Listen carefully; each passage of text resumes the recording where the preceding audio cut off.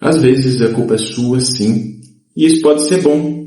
Eu vou mostrar para você nesse vídeo por que você às vezes é o responsável, por que você às vezes se torna o seu principal vilão e o que fazer a partir disso. E como aceitar isso, às vezes pode ser libertador. Então vem comigo que a gente vai ter bastante coisa para falar, né, no vídeo de hoje. Bom, eu vou te mostrar nesse vídeo algumas coisas que você provavelmente não vai gostar. Claro que não é algo que vai servir para todo mundo, mas a ideia é que a gente não atinja todo mundo cada fala nossa, né? A ideia é que você ouça o que eu tenho para falar e faça um garimpo para retirar aquilo que serve para você, aquilo que vai ser útil para a sua vida, tá? Então, você ouve e retira aquilo que serve para você. Mas por mais que seja algo um pouco duro, que eu vou trazer aqui hoje, com certeza vai ser libertador, isso eu posso te garantir, tá? Então, convido você a assistir até o final. Para quem não me conhece, meu nome é Vitor, sou psicólogo e a minha missão é te ajudar a deixar de ser escravo da ansiedade, beleza? Então, seja bem-vindo e vamos lá. Bom, quando o assunto é ansiedade, você precisa olhar pelo ângulo certo, porque, na verdade, quando o assunto é a saúde mental, a gente precisa ter bastante cuidado do ponto de vista que a gente está olhando. Porque dependendo de onde você está vendo, você tem um outro ponto. E por ter um outro ponto, você vai ter uma outra visão. É por isso que, quando a gente vai fazer um trabalho em psicologia, em psicoterapia, nós temos bastante cautela de onde a gente está falando, para quem a gente está falando. É por isso que o trabalho aprofundado, né, que a gente vai fazer e exercer em psicoterapia, ele é, na maioria das vezes, individualizado para a gente ter um aprofundamento da realidade daquela pessoa, para aí sim poder fazer alguma cooperação para que a pessoa possa tomar umas decisões mais saudáveis, tá? Bom, você já parou para pensar na forma como você enxerga a ansiedade? Como você se relaciona com ela? Às vezes você tem uma relação de ódio com essa emoção. Às vezes você odeia o que você sente. Talvez por conta da intensidade, talvez porque você sofre com essa emoção há muito tempo. Enfim, podem ter diversos motivos. Eu te convido a ter essa perspectiva, analisar como você se sente a respeito dessa emoção. Então, e por que é importante você ter essa noção de como você se sente a respeito dessa emoção? Porque se você estiver cultivando uma relação de ódio com essa emoção, provavelmente você tem uma perspectiva, uma esperança de eliminar essa emoção em algum momento na sua vida. O que é falso, não acontece. Não tem como a gente priorizar ou organizar a possibilidade de uma vida sem ansiedade. A ansiedade faz parte. Todo mundo, em algum momento na vida, experimenta a perspectiva da ansiedade. Experimenta a ansiedade em algum grau. É claro que nem todo mundo sofre com ansiedade. E aí, isso vai de cada um. Se você sofre com ansiedade, provavelmente você já teve muito prejuízo por conta dessa emoção, por conta dessa sensação de luta ou fuga que toma conta da sua vida, toma conta dos seus pensamentos, quando você precisa fazer uma tarefa importante, por exemplo. Enfim, se você odiar a sua emoção, você vai provavelmente direcionar ela para inexistência, para que ela deixe de exercer alguma função em você. Quando, na verdade, a sua energia deveria ser voltada para um relacionamento saudável com a emoção, porque você não vai eliminar ela. Já que você não vai eliminar 100% da sua ansiedade, em algum momento você vai ter que enfrentar e lidar com essa emoção.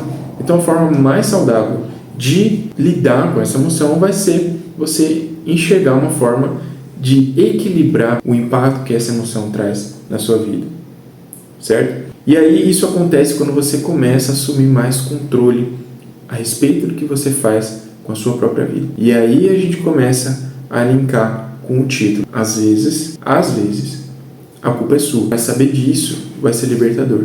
Então você já pode trazer a seguinte pergunta: o que você tem de responsabilidade com relação à ansiedade que você enfrenta? Como eu disse antes, a minha proposta é ajudar pessoas a deixar de ser escravo dessa emoção. Mas muitas vezes as pessoas se posicionam nessa escravidão. As pessoas se colocam nesse lugar que estimula a ansiedade. Elas se colocam em uma rotina que estimula a ansiedade.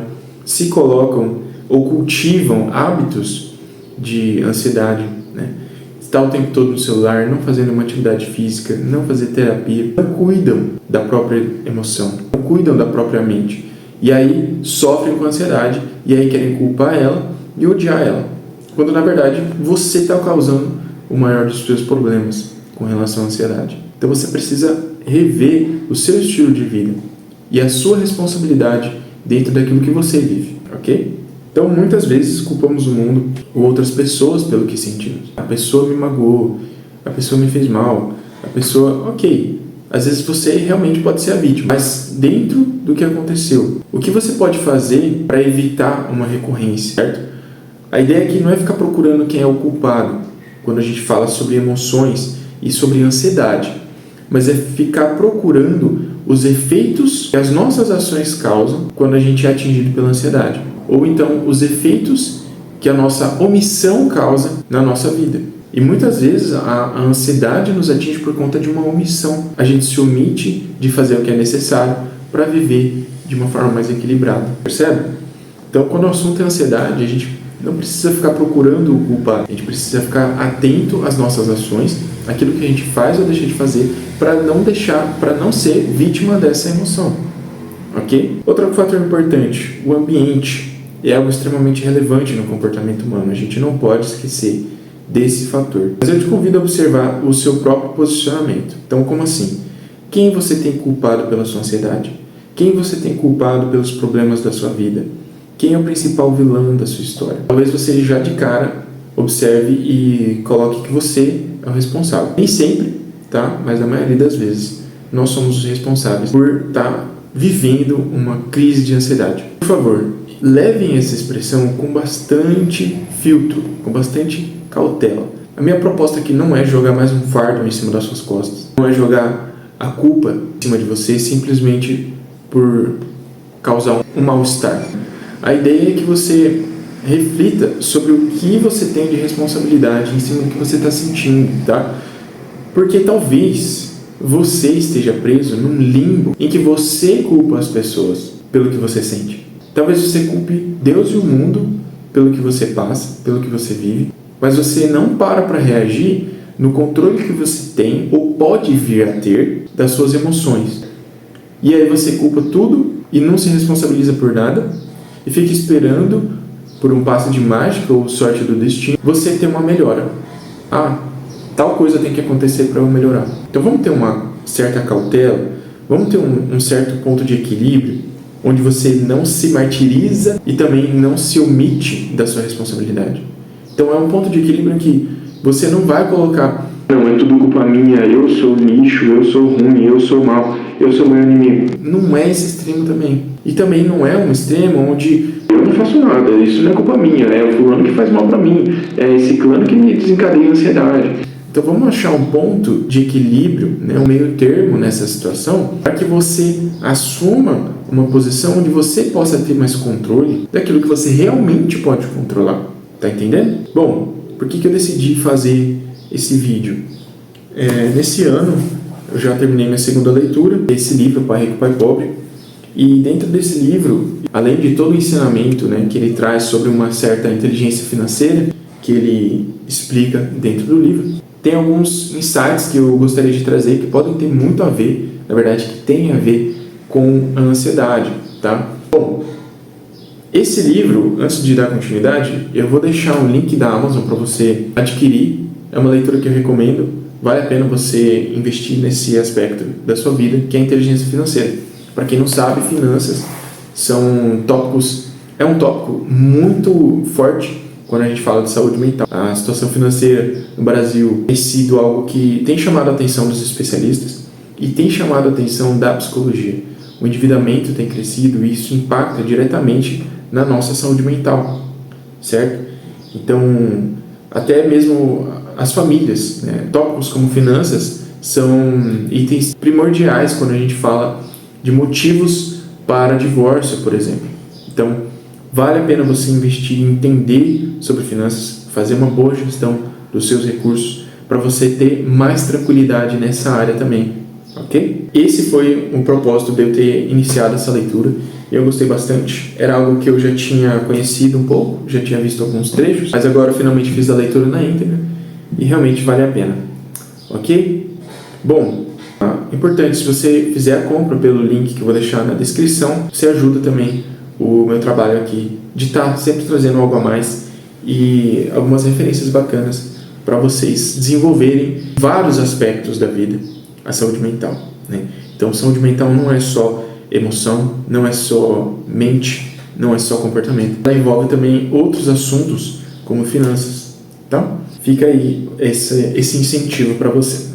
Então, vamos continuar. A frase que eu vi lá nesse livro, Pai Rico, Pai Pobre, é a seguinte: é mais fácil mudar a si mesmo do que os outros. Você provavelmente já viu essa frase em outros formatos por aí, e ela faz todo sentido. No caso aqui, o garoto, que é o autor, quando criança, né, ele estava numa discussão com o patrãozinho dele, que na verdade era um outro pai, que ele chama de pai rico, onde ele trabalhava para esse pai por 3 horas todo sábado para aprender alguma coisa sobre dinheiro e recursos financeiros. E aí, no caso, ele estava reclamando para esse pai, trazendo reclamações, trazendo queixas, e aí o pai aproveita a oportunidade para explicar para ele o que é mais fácil, você realizar uma mudança em si ou no outro, né? Ok, a queixa do garoto, no caso, era válida, o pai direciona isso depois com ele, mas ele aproveita para trazer esse aprendizado. E isso tem muito a ver com a responsabilidade que a gente imprime nas outras pessoas. E aí você precisa refletir, e esse é um convite para você refletir a respeito da culpa que você põe nas pessoas, a responsabilidade daquilo que acontece na sua vida. E aí a gente não pode ser imparcial e dizer que não, é tudo culpa sua, você é responsável pela realidade que você constrói. Isso é falso, tá bom? A gente precisa avaliar aí o comportamento, aliás, não só o comportamento, mas o ambiente, tá bom? Então, o ambiente é um fator importantíssimo para a gente avaliar a saúde mental, a direção que essa vida vai tomar, certo? E aí, por muito tempo, a gente vê pessoas que vivem numa posição de vítima desse ambiente, ok?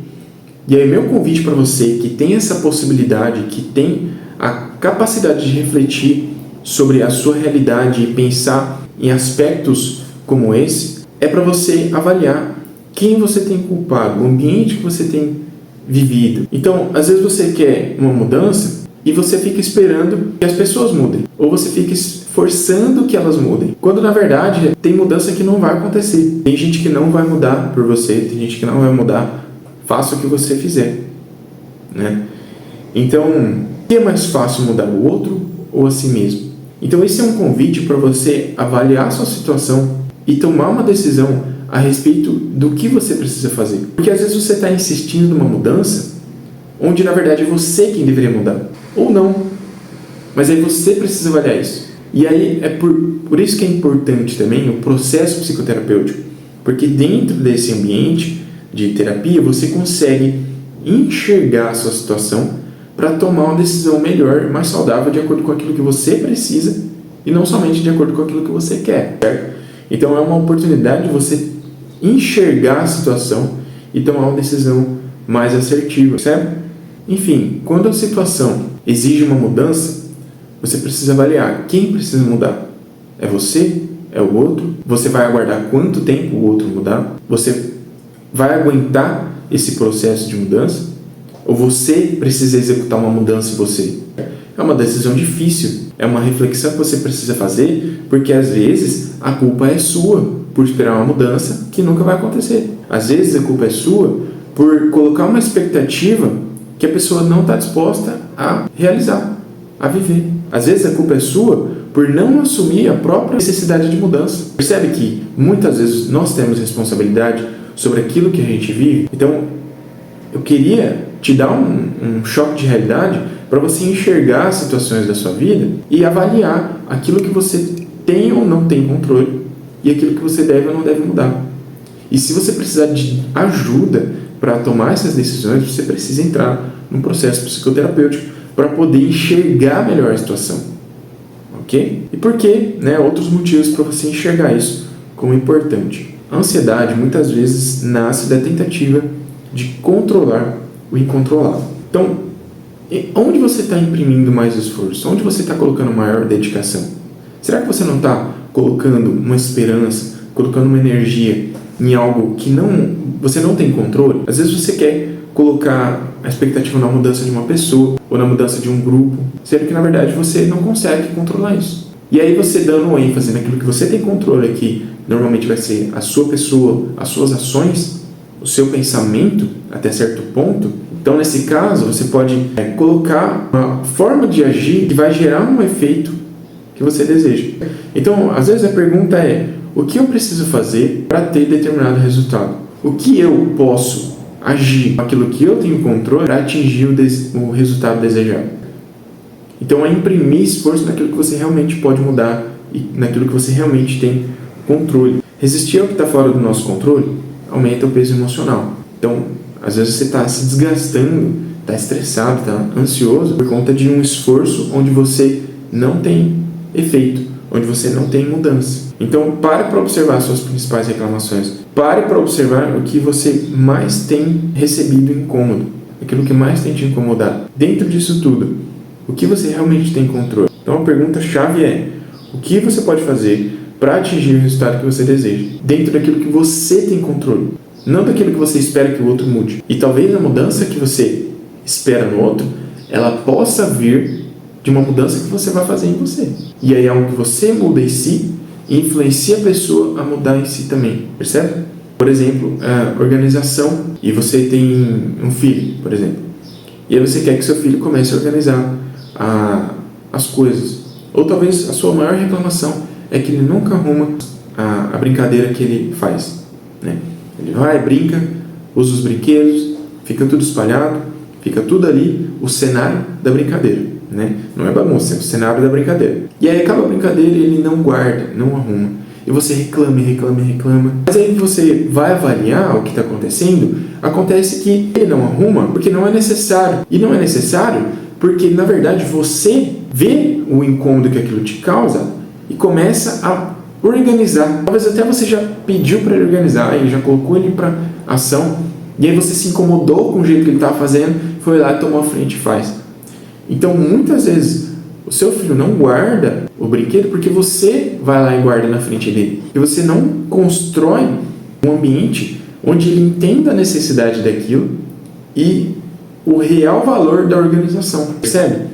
Então, às vezes, a pergunta que você tem que fazer é: o que eu preciso mudar em mim para ter o efeito desejado no outro? É quase como uma manipulação, não é? Então tem que usar com sabedoria. O que podemos fazer então? Bom, antes de continuar, queria pedir para você já deixar o seu like, faz toda a diferença para mim. Sua reação é importante para mim, tá bom? Então conto com a sua contribuição aí, não custa nada. Bom, primeiro, parar de buscar culpados externos. Você sempre tem que refletir: o que dessa situação eu tenho controle? O que dessa situação eu posso modificar em mim ou no ambiente para gerar o resultado que eu espero, que eu desejo? Entendeu? Essa é a pergunta. Não ficar batendo contra a parede esperando que as coisas mudem, insistindo: não, fulano, muda. Não, trabalho, muda. Não, o que você pode fazer em si ou no ambiente para que as coisas atinjam o resultado desejado? Então entenda o seguinte: a transformação começa em nós, tá? E uma pergunta que você deve se fazer: o que eu posso mudar em mim hoje, certo? Por fim, transforma a ansiedade em autoconhecimento. Você precisa avaliar aquilo que te incomoda, aquilo que tira a sua paz, aquilo que te deixa em estado de alerta, que te deixa ansioso, entender o motivo disso. Isso é autoconhecimento, é você entender o que te incomoda, aquilo que você pode fazer a respeito disso e os resultados que você vai ter. Avaliando os resultados, você vai voltar para a modificação do ambiente, no seu comportamento, para ver e aí finalmente atingir o resultado desejado. Então, o que isso significa? Se você não está tendo o resultado que você deseja, quer dizer que você ainda não aplicou a mudança que você precisa. Essa é a grande chave. Vou repetir: se você não está tendo o resultado que deseja, quer dizer que você ainda não aplicou a mudança que você precisa. E essa mudança às vezes é mais conhecimento, às vezes é mais autoconhecimento, às vezes é um aconselhamento, uma orientação profissional, certo? Então a mudança mais poderosa, ela começa em você, certo? Por fim, não existe resposta fácil, não existe resposta absoluta. Talvez você vai compartilhar seu problema com um amigo e ele vai te dar um conselho, vai te dar uma direção, ou então você vai compartilhar o seu desafio com um familiar e vai receber um outro conselho, uma outra opinião. Deixa eu te falar uma coisa difícil de entender, tá? E as pessoas normalmente não aceitam isso com bons olhos. As pessoas não sabem te ouvir. as pessoas não sabem te ouvir. As pessoas ao seu redor dificilmente sabem te acolher, principalmente sem te julgar, sem impor a própria opinião, sem considerar os próprios valores. Tá? E é por isso que existe essa profissão, que é a psicologia, que eu exerço. A gente estuda para poder executar uma escuta qualificada, uma escuta que respeita, uma escuta que não transgride a opinião do paciente, uma escuta que não impõe uma ideia, uma escuta que não impõe uma direção. É uma escuta que acolhe, respeitando o que o paciente pensa e deseja para si. E no máximo, abrindo luz para um direcionamento saudável da vida que a pessoa precisa viver, da vida que a pessoa deseja viver, ok? Então, é uma escuta sem te julgar, sem impor a própria opinião e sem considerar os próprios valores, mas respeitando os valores do paciente. Muitas vezes esse conselho vai te levar para uma direção que depois você se arrepende por perceber que era um caminho que não tem nada a ver com você. Isso que acontece quando a gente dá muita escuta para pessoas ao nosso redor que vêm com um juízo de valor, que vêm com uma ideia, uma opinião própria. E por que isso é perigoso? Cada um dá uma opinião do ponto de vista que está, do local que ocupa. E aí normalmente não é o mesmo local que você. Na verdade nunca vai ser. Só você vive o que você vive, só você experimentou o que experimentou. Então, às vezes, os conselhos e opiniões que você vai ouvir não se encaixam naquilo que você precisa porque não respeitam o ponto de vista que você viveu, a experiência de vida que você teve. Ok? E é por isso que existe essa ciência, que é a psicologia.